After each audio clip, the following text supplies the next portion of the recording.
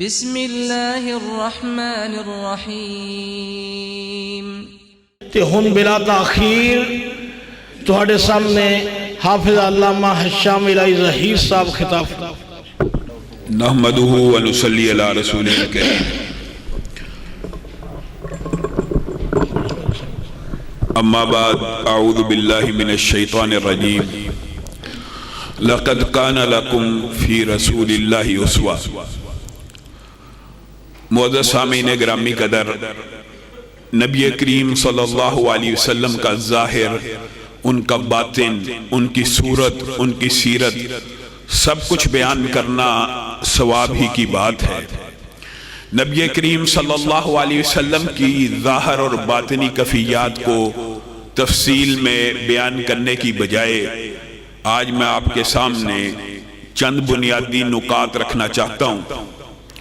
نبی کریم صلی اللہ علیہ وسلم کا ظاہر ویسے تو اتنا خوبصورت ہے کہ حضرت جابر بیان کرتے ہیں، مدینہ کی ایک رات تھی، فضا میں خنکی تھی، ہوا معطر تھی، ناک سے ایک بھینی بھینی خوشبو ٹکرائی، قدم بے اختیار اس خوشبو کے تعاقب میں چل پڑے۔ کچھ دیر بعد کیا دیکھتا ہوں کہ مسجد النبوی کے اندر کھڑا ہوں، سامنے آمنہ کے لال حضرت محمد رسول اللہ صلی اللہ علیہ وسلم سرخ رنگ کی چادر اوڑے بیٹھے ہیں۔ حضرت جابر کہتے ہیں ایک نظر آپ کے چہرے پر پڑی، دوسری آسمان کے چاند پر پڑی، اور دل سے یہ آواز نکلی، من وجہک المنیر لقد نور القمر۔ اگر چاند کو بھی حسن ملا، آپ کے چہرہ پر انوار سے ملا۔ یہ آپ کا ظاہر ہے، آپ کا ظاہر، اس کو بیان کرنا یہ بھی نیکی ہے، لیکن آپ کو جو بیان سنانے کا مقصد ہے ہم اس کی طرف بڑھیں گے۔ یہ نبی کا ظاہر ہے کہ صرف چہرے کو دیکھ کر لوگ اسلام کو قبول کرتے ہیں، چہرے کو دیکھ کر کہتے ہیں یہ چہرہ کسی جھوٹے کا نہیں ہو سکتا وغیرہ وغیرہ۔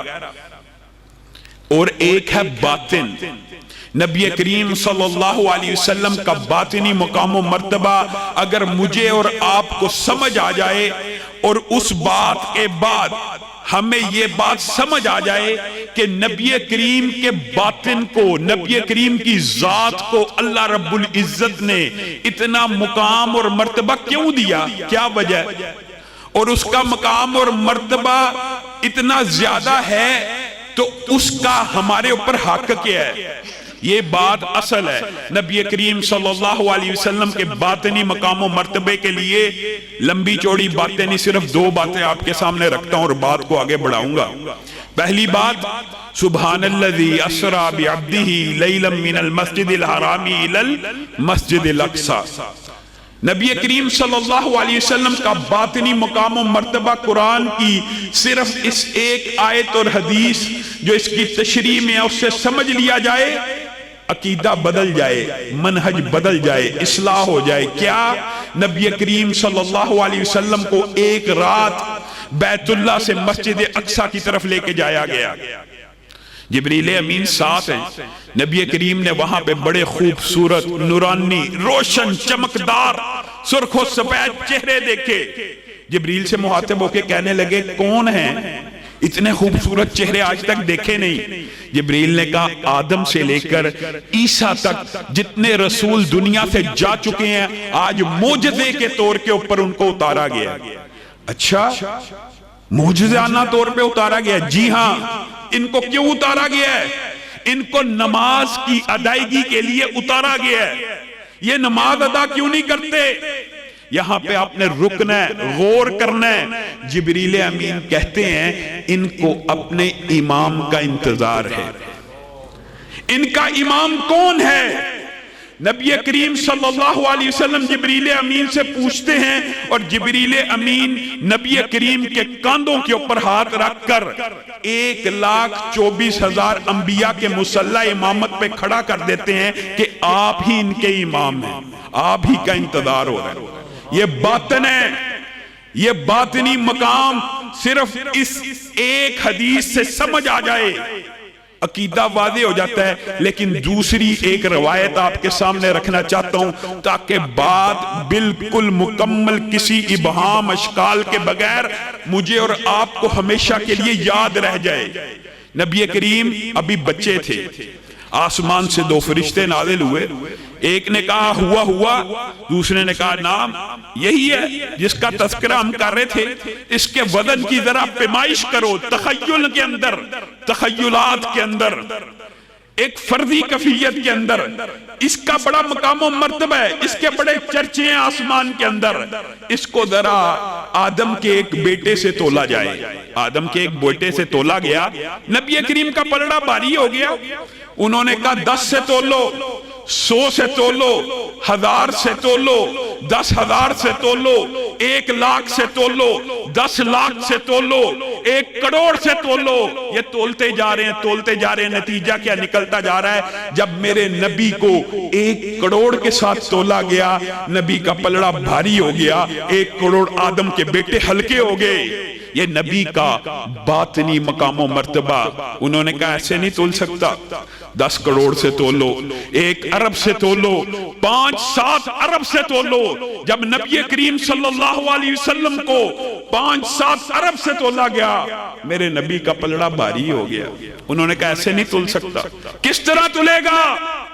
کہا آدم سے لے کر قیامت تک جتنے انسان پیدا ہونے ہیں ان کو ایک پلڑے میں ڈالا جائے، تنہا آمینہ کے لال کو دوسرے پلڑے میں ڈالا جائے. یہاں پہ رکیے، سوچئے، غور کیجئے. ایک پلڑے کے اندر آدم سے لے کر قیامت تک سارے انبیاء موجود ہیں کہ نہیں؟ ہر نبی کے صحابی موجود ہیں کہ نہیں؟ ہر امت کے ولی اور شہید موجود ہیں کہ نہیں؟ قیامت تک پیدا ہونے والے اولیاء موجود ہیں کہ نہیں؟ اور میرے نبی کو جب پوری انسانیت سے تولا گیا، اللہ کی قسم میرے نبی کا پلڑا بھاری ہو گیا. اچھا، اس بات کے اوپر تو اجماع ہے. یہ بات تو اہل حدیث، دیوبند، بریلوی، حنفی، جتنے بھی اہل سنت کے فرقے ہیں، بلکہ اگر میں یہ بات بھی کہوں کہ جو معتمد شیعہ علماء ہیں وہ بھی اگر ہو، اس بات کے اوپر اجماع ہے کہ نبی کی ذات سب سے اعلیٰ ہے. بعد الہدا بزرگ تو ہی قصہ مختصر. کیونکہ اس بارے کے اوپر اختلاف نہیں ہے، اس لیے بات سمجھنا آسان ہے. اجماع امت ہے کہ اس نبی کی ذات سب سے اعلیٰ ہے. میرے بھائیو یہاں پہ رکو. جس نبی کی ذات اعلیٰ ہے، کیا اس کی بات اعلیٰ نہیں ہے؟ ذات نبی کی اعلیٰ، بات میرے پیر کی اعلیٰ ہے. ذات نبی کی اعلیٰ، بات میرے امام کی اعلیٰ ہے. ذات نبی کی اعلیٰ، بات میرے فقیہ کی اعلیٰ ہے. یہ فلسفہ کہاں سے آیا؟ آج آپ کے سامنے جو گفتگو کرنی ہے وہ صرف اس خاص موضوع کے اوپر کرنی ہے. میرے بھائیو، اللہ کی قسم، دین صرف وہ ہے جو نبی محترم کے پیارے ہونٹوں سے نکل جائے. کسی امام کا قول ہو، فقیہ کا قول ہو، پیر کا قول ہو، مولوی کا، علامہ کا، میرا، کسی کا بھی قول دین کے اندر حجت شرعی نہیں ہے. کسی کا قول نص نہیں ہے، کسی کا قول وحی نہیں ہے. وہی صرف وہ ہے کہ وَمَا يَنْتِقُ عَنِ الْهَوَىٰ، جو نبی کریم صلی اللہ علیہ وسلم کے ہونٹوں سے ادا ہو رہی ہے. آپ سب نے ایک حدیث سنی ہوگی، بڑی مشہور حدیث ہے، ہر ایک کو آنی چاہیے. اچھی بات ہے، دین کی باتیں پھیل رہی ہیں، علم پھیل رہا ہے. حدیث جبریل کے نام سے ایک مشہور حدیث ہے، اور حدیث کے اندر اجابت ہے، حیرت کی داستان ہے. نبی کریم صلی اللہ علیہ وسلم کے پاس ایک آدمی آیا، اس کا لباس سفید، اس کے بال کالے، اور صحابہ اس کو نہیں تھے جانتے. صحابہ کو محسوس ہوا یہ ہے تو اجنبی، کہیں دور سے آیا ہے، لیکن جسم کے اوپر، کپڑوں کے اوپر سفر کے نشانات موجود نہیں. حیران رہ رہے ہیں. اور وہ بندہ آ کے نبی کریم سے کچھ باتیں پوچھ رہا ہے، آ کے سوال کرتا ہے، ما هو الاسلام، ما هو الایمان، ما هو الاحسان وغیرہ پوچھی جا رہا ہے. ایمان کیا ہے، اسلام کیا ہے، احسان کیا ہے. اب سوال پوچھنے کے بعد جب نبی کریم جواب دیتے ہیں تو وہ تصدیق کرتا ہے آپ نے درست فرمایا. یہ بھی حیران کن بات ہے. اگر تو تجھے سوال تو تب بھی پوچھا جاتا جب علم نہیں، اور تیرے پاس علم ہے اور تو تصدیق کر رہا ہے. صحابہ حیران ہو رہے ہیں کہ معاملہ کچھ عجیب ہے. نبی کریم صلی اللہ علیہ وسلم اس کے چلے جانے کے بعد صحابہ کو مخاطب ہو کر بات کہتے ہیں، میرے بھائیو اس حدیث کو یاد کر لیں. ایک بات کہتے ہیں. کیا کہتے ہیں؟ تمہیں پتہ یہ کون تھا؟ حضرت عمر نے کہا ہمیں تو نہیں پتا، آپ بہتر جانتے ہیں. کہا یہ جبریل امین تھے. اچھا جبریل امین کیوں آئے ہیں؟ نبی کریم صلی اللہ علیہ وسلم نے ارشاد فرمایا تمہیں تمہارا دین سمجھانے آئے ہیں. یہاں پہ رک جائیے، یہاں پہ سوچئے، غور کیجئے کہ جبریل امین کیا دین سمجھانے آئے. صحابہ کو، آپ کو اور مجھے کیا دین سمجھانے آئے؟ پتہ ہے کیا دین سمجھانے آئے؟ اگر دین جبریل امین نے سمجھانا تھا نبی کریم اعلان کرتے، جیسے یہاں پہ بالمو ہوا ہے، ابھی میں آیا ہوں، اعلان ہوا ہے کہ شام صاحب تقریر کریں گے. نبی کریم کو بھی چاہیے تھا جبریل امین دین سمجھانے آئے ہیں، اعلان کرتے کہ جبریل امین آئے ہیں، آپ سے دین کی کچھ باتیں کریں گے، آپ ان کی گفتگو سمجھ لیجئے. نہیں یہ نہیں کہا. اللہ کی قسم اس لیے نہیں کہا کہ جبریل امین آ کے تقریر کر لیتے. ان کے ہونٹوں سے ادا کردہ الفاظ دین نہیں تھے جب تک محمد الرسول اللہ کی زبان سے ادا نہ ہو جاتے.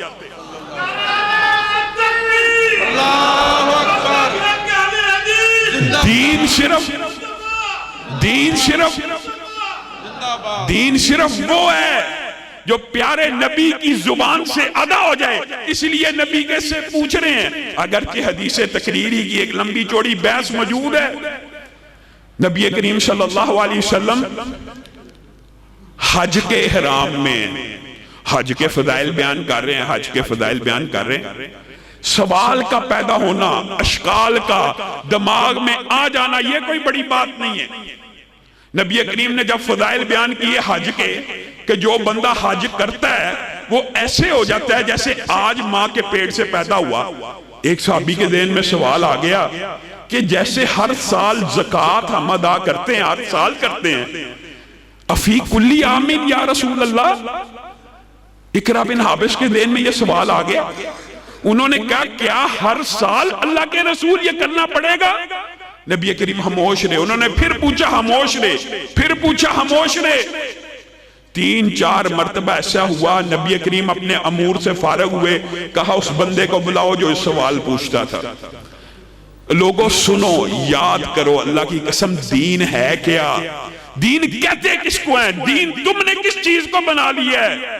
نبی کریم نے کہا آپ میرے سے پوچھ رہے تھے کہ ہر سال حج فرض ہے، تو میں آپ کو ایک بات بتلاؤں، اگر اس زبان سے صرف نعم نکل جاتا. نام کیا ہے؟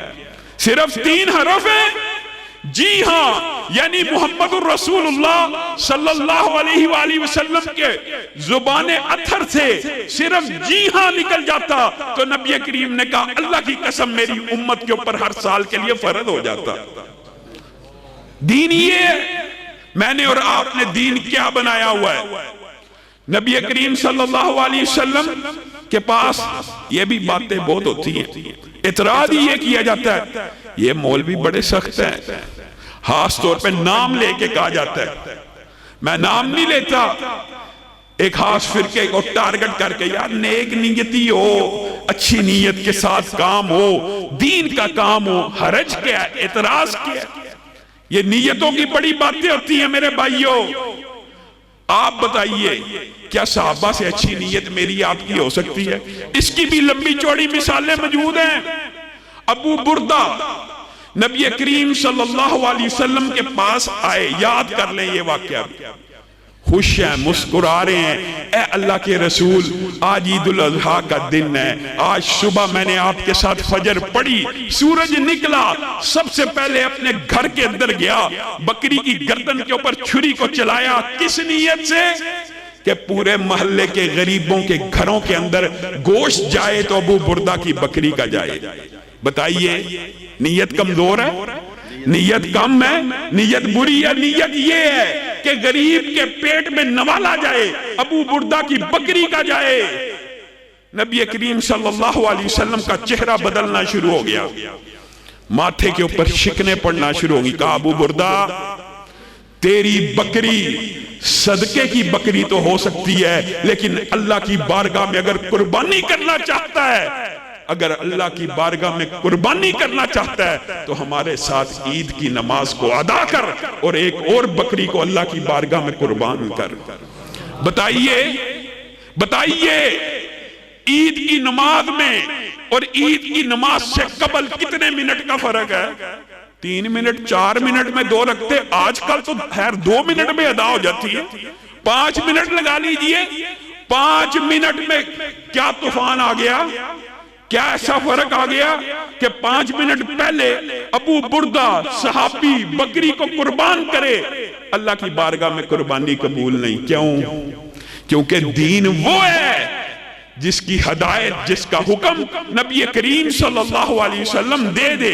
بات قربانی کی آئی ہے، ایک آسان مثال، ایک جھٹکی مثال آپ کو سمجھانا چاہتا ہوں تاکہ اللہ کرے کسی کا دل بدل جائے، کسی کا منہج صراط مستقیم کے اوپر آ جائے۔ آپ بتائیے کیا اس بارے میں اجماع امت ہے یا نہیں؟ ایک بندہ گھر سے جا رہا ہے اور اپنی جیب کے اندر حلال کمائی کے پیسے ڈال کے جا رہا ہے، اور حلال 100% پیسے ہیں، جانور بازار سے حلال خرید کے لاتا ہے۔ بڑی عام فہم مثال ہے، جھٹکی، گائے لے آیا، بکرا لے آیا، کوئی بھی چیز حلال جانور حلال پیسوں سے لے کے گھر آ گیا ہے، اس کا کان کٹا ہوا ہے، اس کا کان کٹا ہوا ہے۔ بتائیے اجماع امت ہے یا نہیں؟ کان کٹے کی قربانی لگ جائے گی؟ کوئی دنیا میں ایسا فرقہ یا فقہ ہو جو کہتی ہو کہ کان کٹے کی بھی لگ جائے گی؟ کوئی نہیں کہتا، سب کہتے ہیں کہ قربانی نہیں لگنی۔ وجہ کیونکہ اس کو نبی کریم صلی اللہ علیہ وسلم نے عیب قرار دیا ہے۔ میرے بھائیو رکو، غور کرو، ہمارے اوپر سختی کے فتوے یہ بڑے سخت ہے، یہ کہتے ہیں نماز اسی طرح ہوتی ہے جیسے رسول اللہ نے پڑھی۔ یہ سختی ہے، یہ سختی ہے آپ کے نزدیک، یہ سختی ہے، یہ آپ کو دعوت فکر ہے، آپ کے ہمارے اجماع امت ہے کہ عیبدار قربانی تو نہیں لگتی، لیکن عیبدار نماز بھی قبول ہے، عیبدار روزہ بھی قبول ہے، عیبدار حج بھی قبول ہے، عیبدار عمرہ بھی قبول ہے۔ یہ کیسے ہو سکتا ہے؟ بتائیے ایک کان کٹے کی قربانی نہیں لگ رہی کہ نبی کریم نے عیب کہا ہے، تو میں اور آپ نبی کریم نے سینکڑوں مرتبہ کہا۔ اور دکھ کی بات پتہ کیا؟ نماز ایک ایسا عمل ہے جو ہر دن میں 5 مرتبہ نبی کریم نے صحابہ کے سامنے کیا، ایک دن 2 دن کئی سال لگاتار پے در پہ کرتے رہے، اور حکم کیا دیا؟ ویسے نماز پڑھنی ہے جیسے میں نے نماز کو ادا کیا، ویسے پڑھنی ہے جیسے مجھ کو دیکھ لیا۔ اللہ کی قسم خلاد بن رافع صحابی ہیں، صحابی نبی کریم صلی اللہ علیہ وسلم کے سامنے نماز پڑھی، نبی کریم نے کیا کہا؟ ارجع فصلی فإنک لم تصلی، آپ لوٹ جائیے، آپ نے نماز کو ادا نہیں کیا۔ پھر پڑھی، پھر ایسے بار بار ہو رہا ہے، 3-4 مرتبہ ہوا۔ خلاد بن رافع آگے کہا اے اللہ کے رسول، اس سے بہتر نماز میں پڑھ ہی نہیں سکتا، آپ مجھے بتلا دیجئے میری نماز میں کیا عیب ہے۔ یہ بھی آپ نے جا کے کسی بھی فقہ کے مفتی سے پوچھنا ہے۔ نبی کریم صلی اللہ علیہ وسلم کس نماز کے بارے میں کہہ رہے تھے کہ لوٹ جائیے آپ کی نماز نہیں، اس میں کیا عیب تھا؟ نبی کریم نے صرف یہ کہا اس میں یہ عیب ہے کہ جب آپ رکوع کیا کریں نا آپ اپنی کمر سیدھی کر لیا کریں، اطمینان کیا کریں، جب کھڑے ہوں اطمینان سے کھڑے ہوں، جب سجدہ کریں اطمینان سے کریں، جب سجدے سے اٹھیں اطمینان، جائیے فقہ کی ساری کتب اٹھا لیجئے، اطمینان اور سکون یہ صرف نماز میں کیا ہے؟ سنت ہے، صرف کیا ہے؟ سنت ہے۔ کسی بھی فرقے کی کتاب کو اٹھائیے، اس سے پوچھئے نماز کے اندر اعتدال اور سکون فرض ہے واجب ہے کیا ہے؟ وہ کہے گا سنت ہے۔ یہاں پہ آپ نے غور کرنا ہے، غور کرنا ہے۔ ایک سنت چھوڑنے کے اوپر نبی کریم صحابی کو کہہ رہے ہیں آپ کی نماز نہیں ہوئی۔ آگے چلیے، یہ کسی مولوی کا فتویٰ نہیں ہے، اللہ کی قسم حضرت حذیفہ، سب نے نام سنا، کتنے عظیم صحابی رسول ہے، آپ کو پتا ہے نا نبی کریم نے ان سے بعض راز کی باتیں بھی کی ہوئی ہیں، یہ نبی کریم کے رازدار بھی ہیں اور بہت بڑے فقیہ اور محدث بھی ہیں۔ حضرت حذیفہ کے سامنے ایک جلیل القدر تابعی ایسی نماز پڑھتے ہیں جیسی خلاد بن رافع نے پڑھی، یہ کسی مولوی کا فتویٰ نہیں ہے، سن لیجئے۔ حذیفہ کہتے ہیں لوٹ جائیے، آپ نے نماز کو نہیں ادا کیا۔ انہوں نے بھی بار بار ایسے ہی کہا، تابعی آئے کہا مجھ سے اس سے اچھی پڑھی نہیں جاتی، بتائیے میرے میں کیا عیب ہے؟ حضرت خلاد بن رافع کا سارا واقعہ سنانے کے بعد اس کو پتا کیا کہتے ہیں؟ آپ کتنی دیر سے ایسی نماز پڑھ رہے ہیں؟ اس تابعی نے کہا 40 برس ہو گئے ہیں، میں تو ایسی ہی نماز پڑھتا تھا، یہ کوئی ملا یا مولوی یا مفتی یا پیر فتویٰ نہیں دے رہا۔ حضرت حذیفہ نے کہا اللہ کی قسم اگر آپ نے 40 برس ایسی نماز پڑھی ہے تو غور کرنا، سوچئے، فکر کیجئے، آپ نے گویا ایک بھی نماز نہیں پڑھی۔ اور مجھے ڈر ہے اگر آپ نے اپنی اس عادت کو نہ بدلا کہیں امت محمدیہ سے دور نہ ہو جائیں۔ تابعی کو کہہ رہے ہیں، ایک صحابی فتویٰ دے رہے ہیں اور دوسری طرف علماء بیٹھے ہیں۔ سنن نسائی کی حدیث ہے، کتنی عظیم حدیث ہے، 40 برس تابعی نماز پڑھے، سکون اور اعتدال کی سنت کو چھوڑے، صحابی فتویٰ دے اس کی نماز قبول نہیں۔ اور سنن نسائی میں حدیث کیا ہے؟ ایک عام بندہ، ایک بندہ، کوئی ہو، کوئی امتی ہو، کوئی ادنا درجے کا امتی ہو، قیامت تک کے لیے پیدا ہونے والا کسی بھی درجے کا، تابعی کی بات نہیں ہو رہی، ولی کی بات نہیں ہو رہی، یہ میری اور آپ کی ہم جیسے نکاروں کی بات ہو رہی ہے، اٹھے اور صرف 2 رکعت ویسے ادا کرے جیسے محمد رسول اللہ نے ادا کی ہے، تو اللہ کی قسم ایسے ہو جاتا ہے جیسے آج ماں کے پیٹ سے پیدا ہوا۔ بتائیے آپ کے نزدیک دین کیا ہے اور حقیقت میں دین کیا ہے؟ نبی کریم صلی اللہ علیہ وسلم کے پاس 3 صحابہ اس شوق اور رغبت کے ساتھ آئے کہ ہم پوچھتے ہیں نبی کریم اعمال کیا کرتے ہیں؟ نبی کریم گھر میں نہیں تھے۔ امہات المومنین سے پوچھا، حضرت عائشہ سے معاملہ پوچھا کہ کیا عبادات کرتے ہیں، کیا کرتے ہیں، سارے حالات کا جائزہ لیا تو ایک صحابی کہنے لگا کہ رسول اللہ صلی اللہ علیہ وسلم کے اوپر اور بڑی ذمہ داری ہیں، میں ایسا کروں گا میں زندگی میں ہر روز روزہ رکھوں گا، جب تک میں زندہ رہوں گا روزہ نہیں چھوڑوں گا۔ دوسرا کہنے لگا جب تک میں زندہ رہوں گا میں ساری رات قیام کرتا رہوں گا۔ تیسرا کہنے لگا میں آج کے بعد شادی نہیں کروں گا کہ اس کام میں مشغول نہ ہو جاؤں۔ یہ تینوں امی عائشہ کے سامنے یہ بات کر کے نکل رہے ہیں۔ ادھر سے نبی کریم صلی اللہ علیہ وسلم آئے، حضرت عائشہ نے سارا معاملہ بتلایا، تفصیلی حدیث ہے، مختصر کر کے آپ کے سامنے رکھتا ہوں۔ یہ کہا ہے، ہاں یہ کہا، نبی کریم صلی اللہ علیہ وسلم تیزی سے باہر نکلے، ان کے پیچھے گئے، ان کو روکا، کہا مجھے خبر ملی ہے آپ نے یہ باتیں کی ہیں؟ کہا ہاں کی ہیں۔ تو نبی کریم صلی اللہ علیہ وسلم کے پہلے الفاظ سنیے، اپنا اور میرا عقیدہ اور منہج سنیے۔ نبی کریم نے کہا تو نے جس نے کہا ہے ساری زندگی روزے رکھوں گا، سن میں محمد صلی اللہ علیہ وسلم دنیا کے اندر سب سے زیادہ اللہ سے ڈرنے والا ہوں۔ کیا میرے سے زیادہ کوئی ڈرنے والا ہے؟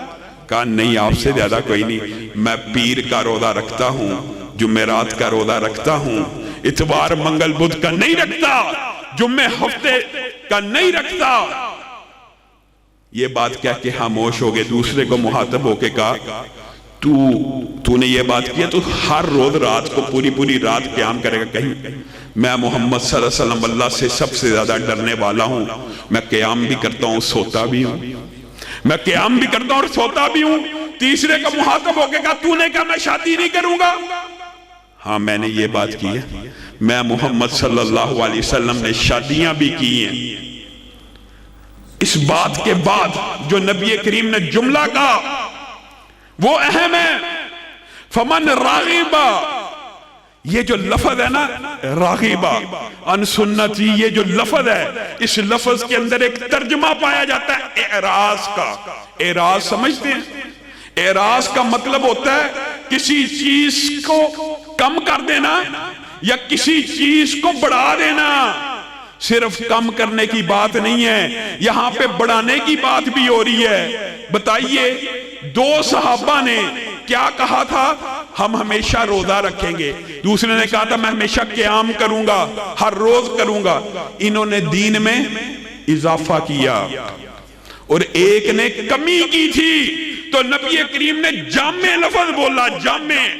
یہ نہیں کہ صرف زیادتی کرنے والے کو کہو یا کمی کرنے والے کو کہو، دونوں فریقین سے، یعنی فریق تو تین تھے لیکن دو زیادتی کرنے والے تھے اور ایک کمی کرنے والا تھا۔ نبی کریم نے کہا تم میرے صحابی ہو، تمہارا بڑا بلند و بالا مقام ہے، لیکن جس نے میری سنت سے اعراض کیا وہ میری امت میں سے ہی نہیں ہے۔ اللہ اکبر،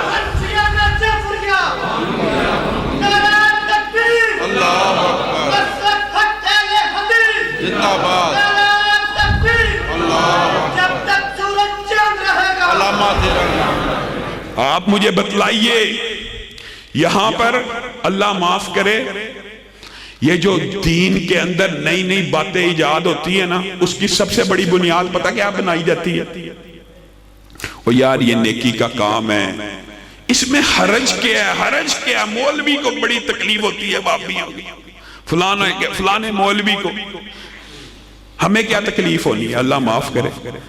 لیکن ایک مقدمہ آپ سمجھ لیجئے، اللہ کی قسم دین کے اندر کوئی بندہ اگر نئی بات کو ایجاد کرتا ہے تو گویا اس کا عقیدہ معاذ اللہ یہ ہوا کہ اس نیکی کا نبی محترم کو علم نہیں تھا۔ کیا مطلب سنیے، نبی کریم کے بارے میں قرآن میں کیا حریص علیکم، نبی کریم حریص نہیں ہے؟ کیا نبی کریم نہیں چاہتے تم میں سے ہر شخص جنت میں چلا جائے؟ بتائیے، یا تو یہ عقیدہ بناؤ کہ نبی کریم نہیں چاہتے، نبی کریم چاہتے ہیں، بلکہ آپ علماء سے سنیں گے کل قیامت کے دن انبیاء جس وقت یہ کہیں گے نا نفسی، اللہ کا غصہ غضب جلال دیکھ کر کہ اللہ آج صرف ہمیں معاف کر دیں، تو کائنات کا ایک ہی شخص ہوگا جو یہ کہہ رہا ہوگا اللہ مجھے بھی اور میری امت کو بھی معاف کر، اور اس کا نام حضرت محمد رسول اللہ صلی اللہ علیہ وسلم ہوگا۔ وہ حریص ہیں، وہ چاہتے ہیں آپ اور میں جنت میں چلے جائیں۔ انہوں نے 1,00,000 صحابہ کے سامنے، 1,00,000 کم و بیش اس سے زائد تھے، کیا یہ بات کہی تھی؟ کیا کہی تھی کہ نہیں تھی کہی؟ جب یہ آیت اتری الیوم اکملت لکم والی آیت اتری تو نبی کریم نے صحابہ کو مخاطب ہو کر اصل میں گواہ بنانا تھا آپ کو اور مجھے بھی۔ کیا پوچھا تھا؟ کیا میں نے پورے دین کو پہنچا دیا؟ صحابہ نے کہا پہنچا دیا۔ یہ حدیث آپ نے سنی ہوگی، لیکن حدیث کا اگلا ٹکڑا جو غیر معروف ہے وہ کیا ہے؟ صحابہ نے جواب میں ایک بات کہی تھی، کہا تھا اے اللہ کے رسول اگر آپ نے دین پورا پہنچا دیا ہے تو ہم ایسے ہیں، ہم نے اس پورے دین کے اوپر پورا عمل کر دیا ہے۔ یہ اس بات کی دلیل ہے کہ دین صرف اسی دور کے اندر مکمل ہے اور اسی دور کا کوئی عمل حجت ہو سکتا ہے، اس کے بعد کا کوئی عمل حجت نہیں ہو سکتا۔ بتائیے آپ یہ کہاں سے باتیں گڑتے ہیں؟ معاذ اللہ، بات آئی ہے تو کہہ دیتا۔ نبی کریم چاہتے ہیں آپ میں جنت میں چلے جائیں؟ جی چاہتے تو ہیں، لیکن ایک رات اٹھے تھے چپکے معاذ اللہ، خفیہ طریقے سے، امی عائشہ کو بھی نہیں تھا پتہ چلنے دیا، بقیع کے قبرستان چلے گئے، ساری رات عبادت کی، کس لیے؟ کہ امت جنت میں نہ چلی جائے، امت کو اس دن کی فضیلت نہ پتہ چل جائے۔ یہ کہاں سے حدیثیں گڑی ہوئی، یہ کہاں سے فلسفے گڑے ہوئے؟ چپکے گئے تھے، چپکے، امی عائشہ کو بھی خبر نہ ہوئی، اور ساری رات عبادت کر کے واپس آ کے لیٹ کے سو گئے۔ آج 1300-1200 برس کے بعد مولوی کو خواب آیا کہ وہ رات بڑی اہم تھی، اس رات کو عبادت ہونی چاہیے تھی۔ اگر اہم ہوتی، اللہ کی قسم نبی کریم نہ خفیہ اٹھتے، نہ چپکے عبادت کرتے، بلکہ سامنے آ کے کھل کے بیان کر دیتے۔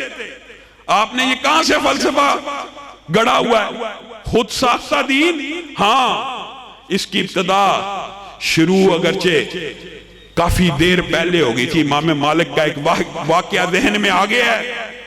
امام مالک کے پاس اسی طرح ایک بندہ آیا اور اس نے آ کے امام مالک کو کہا کہ میں نے ذی الحلیفہ آپ کو پتہ ہے جہاں سے مدینہ سے جو لوگ عمرہ کرنے کے لیے مکہ جائیں تو وہاں کا میقات، جہاں سے احرام باندھ کر، احرام تو کہیں سے بھی باندھا جا سکتا ہے، جہاں پہ نیت کرنی ہوتی ہے، لبیک اللہم عمرہ، جہاں سے نیت کرنی ہوتی ہے اس کو بیار علی، بیر علی، ذو الحلیفہ کہا جاتا ہے۔ وہ مسجد النبوی میں آیا، اس نے امام مالک کو آ کر کہا، امام مالک میں نے ذی الحلیفہ کے بارے میں اور میقات کے بارے میں، بیر علی کے بارے میں بڑی تحقیق کی ہے۔ یہ تحقیق اس نے بھی یہی مقدمہ رکھا، مجھے یہاں پر کوئی اس کی فضیلت نہیں ملی سوائے اس بات کے کہ رسول اللہ صلی اللہ علیہ وسلم نے یہاں سے احرام باندھ کر نیت کی تھی۔ امام مالک ان کی پیشانی کے اوپر سلمٹیں پڑنا شروع ہو گئی۔ کہا کیا تیرے لیے کافی نہیں ہے؟ یہ فضیلت کافی نہیں ہے کہ نبی کریم نے وہاں سے نیت کی؟ کہتا کافی ہے، لیکن میری بات ذرا سمجھیے۔ امام مالک کو کہہ رہے یہ جو مسجد النبوی ہے اس کے اندر ایک نماز پڑھنے کا ثواب 1000 کے برابر ہے۔ دلائل دے رہا ہے، دلائل 1000 کے برابر ہے۔ اس مسجد النبوی کے اندر نبی کریم کا گھر تھا، اس مسجد النبوی کے اندر نبی کریم کے منبر اور قبر کے مابین جنت سے ایک ٹکڑا روضۃ من ریاض الجنہ ہے۔ اس کے بڑے فضائل ہیں۔ یہ مدینہ ہے، یہاں پہ دجال داخل نہیں ہو سکتا، حقیقت ہے۔ یہ سارے فضائل ہیں، اور فضائل بیان کرتا رہا۔ امام مالک نے کہا ڈر جا فتنے سے، ڈر جا فتنے سے۔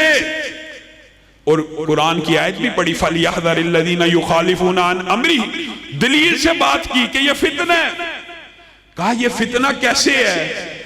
کہا تو کیا سمجھتا ہے تو نے جتنے یہ فضائل بیان کیے ہیں رسول اللہ کو ان کا علم نہیں تھا؟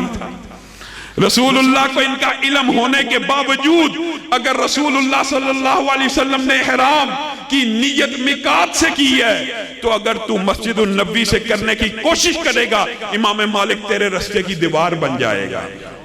بتائیے، آپ بتائیے۔ اور یہ تو بات احرام کی جگہ کے تبدیل کرنے کی ہے۔ اللہ کی قسم، یعلا بن امیہ، یعلا بن امیہ یہ بھی ایک صحابی ہیں۔ حضرت عمر نے ان کو طواف کرتے ہوئے دیکھا۔ انہوں نے کیا حرکت کی؟ بندہ جس بات سے مغلوب ہو جاتا ہے، جذبات غالب آ جاتے ہیں، اب بات پھر وہی ہے، نیت نیک ہونی چاہیے۔ کیا صحابہ کی نیتیں بری تھی؟ رکن یمانی کے پاس پہنچے، محبت کے اندر اللہ کی کوئی بھی کیفیت آ سکتی ہے۔ رکن یمانی کو گلے سے لگا لیا اور رونا شروع کر دیا۔ حضرت عمر نے درہ نکالا، یعلا بن امیہ کو مارا، کہا اما طفت مع الرسول، کیا تو نے رسول اللہ صلی اللہ علیہ وسلم کے ساتھ طواف نہیں تھا کیا؟ یعلا بن امیہ نے کیا تھا؟ کیا رسول اللہ صلی اللہ علیہ وسلم نے رکن یمانی کو گلے سے لگایا تھا؟ یعلا نے کہا نہیں تھا لگایا۔ تو حضرت عمر نے کہا اللہ کی قسم اگر آج کے بعد یعلا میں نے تجھے دیکھ لیا کہ تو حجر اسود کے علاوہ کسی کو ہاتھ لگاتا یا بوسہ دیتا ہے اس طرح جیسے تو نے یہ کیا. رکن یمانی کا ادب ہاتھ کا مس کرنا وہ الگ ثابت ہے، لیکن جس طرح تو یہ حرکت کر رہا ہے، چوم رہا ہے، گلے لگا رہا ہے، اگر تو نے حجر اسود کے علاوہ یہ معاملہ کیا میں تجھے لوگوں کے سامنے درے لگاؤں گا. یہ صحابی کی نیت بری ہو سکتی ہے؟ ایک صحابی رسول اور بعد نے کہا تابعی تھا، حضرت ابو بکر کے سامنے آ کے کیا کہتا ہے؟ کہتا ہے لبیک یا ذا المعارج. آپ بتائیے لبیک اللہم لبیک اور لبیک یا ذا المعارج میں کتنا کو فرق ہے؟ ذی المعارج بھی اللہ کی صفت ہے، اونچائی والا. اے اونچائی والے میں حاضر ہوا، اے اللہ میں حاضر ہوا. کتنا کو فرق ہے؟ نیت کے اندر بتائیے کتنا کو فرق آ سکتا ہے؟ حضرت ابو بکر کے سامنے صحابی نے یہ الفاظ کے، حضرت ابو بکر نے اس کو پکڑ لیا، کہا تجھے پتہ ہے رسول اللہ صلی اللہ علیہ وسلم کیا کہتے تھے؟ کہا مجھے پتہ ہے رسول اللہ صلی اللہ علیہ وسلم کیا کہتے تھے. کہا پڑھ. کہا رسول اللہ کہتے تھے لبیک اللہم لبیک. حضرت ابو بکر نے کہا اللہ کی قسم اگر ان الفاظ کے علاوہ تو نے کوئی لفظ نکالا میں تجھے لوگوں کے سامنے درے ماروں گا. بتائیے دین کیا ہے؟ دین مولوی کی خواہش کا نام ہے؟ دین مفتی کی خواہش کا نام ہے؟ دین کسی فقیہ پیر کی ذاتی خواہش کا من چاہے رسومات کا نام ہے؟ یہ کہاں سے بات آئی ہے؟ یہ میں نے اور آپ نے اپنی اصلاح کرنی ہے. اللہ کی قسم یہ ساری باتیں اس بات کے اوپر دلالت دیتی ہیں. کس بات کے اوپر؟ کہ رسول اللہ صلی اللہ علیہ وسلم کی بات حرف آخر فیصلہ کن ذات رسول اللہ کی ذات. ہاں جنہوں نے تقلید کے فلسفے گڑے انہوں نے بڑی دلیلیں گڑنے کی کوشش کی، لیکن میرے بھائیوں اللہ کی قسم اگر نبی کے بعد کسی کی بات حجت ہوتی تو کس کی ہوتی؟ بتائیے ایمانداری سے کس کی ہوتی؟ افضل الخلائق بعد الانبیاء. نبیوں کے بعد چشم فلک نے ابو بکر سے اعلیٰ نہیں دیکھا. اگر ہم نے حجت ماننا ہوتی نبی کے بعد تو کس کی بات کو مانتے؟ ابو بکر کی بات کو مانتے. بھائی قریب قریب ہو جائیں تاکہ کچھ جو ساتھی آ رہے ہیں ان کو جگہ مل جائے، ساتھ ساتھ ہو جائے. سردی کا موسم ہے، کوئی مسئلہ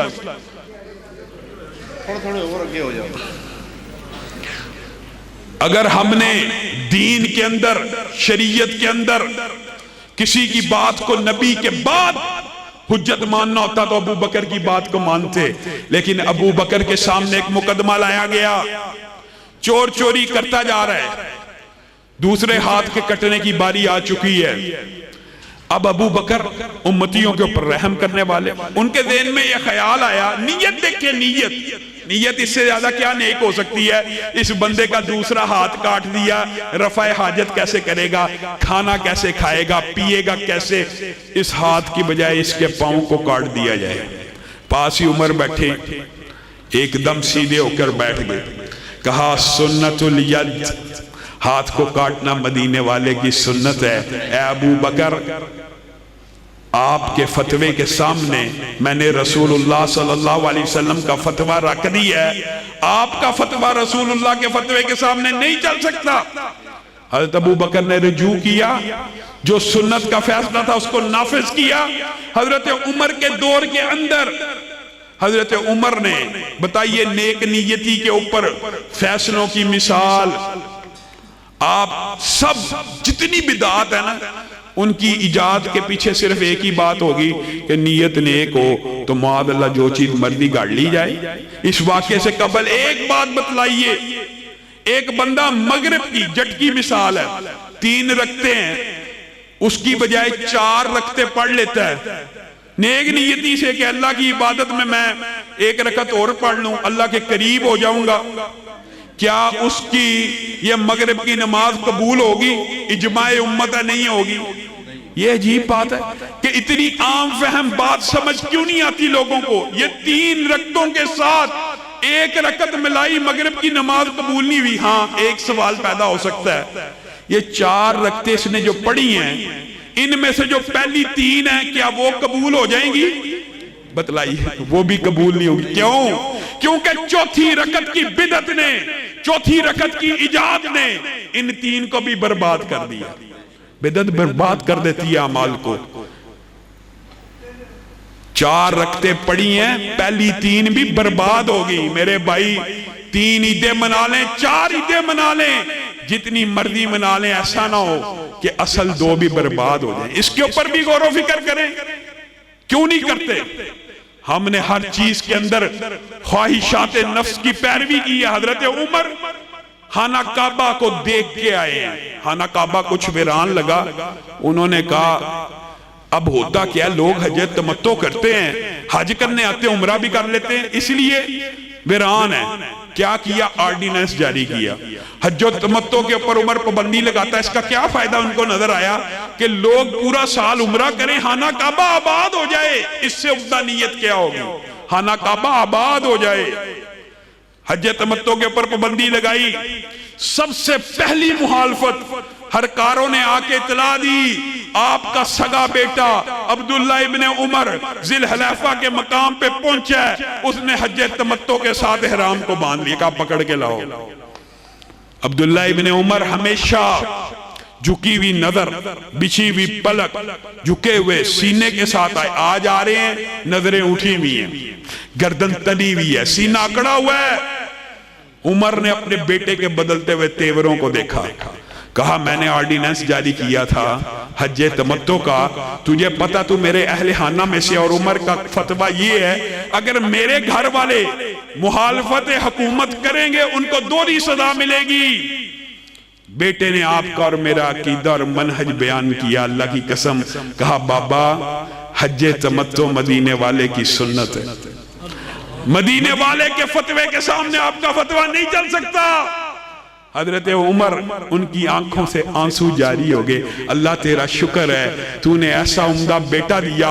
عمر ادھر سے ادھر ہونے لگا، پکڑ کے سیدھا کر دیا. اللہ رب العزت اس عقیدے، اس منہج کو اپنانے کی توفیق عنایت فرمائے اور اس کے اوپر استقامت کی توفیق عنایت فرمائے. اور وقت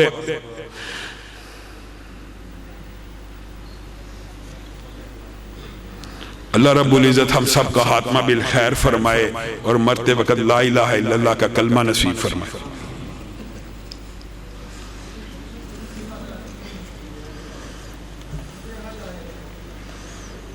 اگر ایک بھائی نے سوال کیا نماز کے اندر مختلف خیالات کے آنے سے کیا کوئی کفارہ ہوتا ہے، تو بات یہ ہے کہ خیالات کا آنا انسانی فطرت کا حصہ ہے. حضرت عمر سے ایک تفصیلی واقعہ بھی ملتا ہے. نماز میں اگر دنیاوی خیالات آئیں تو آپ سب سے پہلے یہ کوشش کریں کہ آپ سب بھائی جتنے بھی بیٹھے نماز کا ترجمہ یاد کریں. جب نماز کا ترجمہ یاد ہو تو کم سے کم خیالات آتے ہیں. انسان کو ترجمے کے اندر وہ لطف آنا شروع ہوتا ہے. ہمارا عادت یہ ہے کہنے والے کی بھی اور سب سننے والوں کی کیا کہ ہم سبق کی طرح نماز پڑھتے ہیں، سبق کی طرح سنانے آ جاتے ہیں اللہ کو.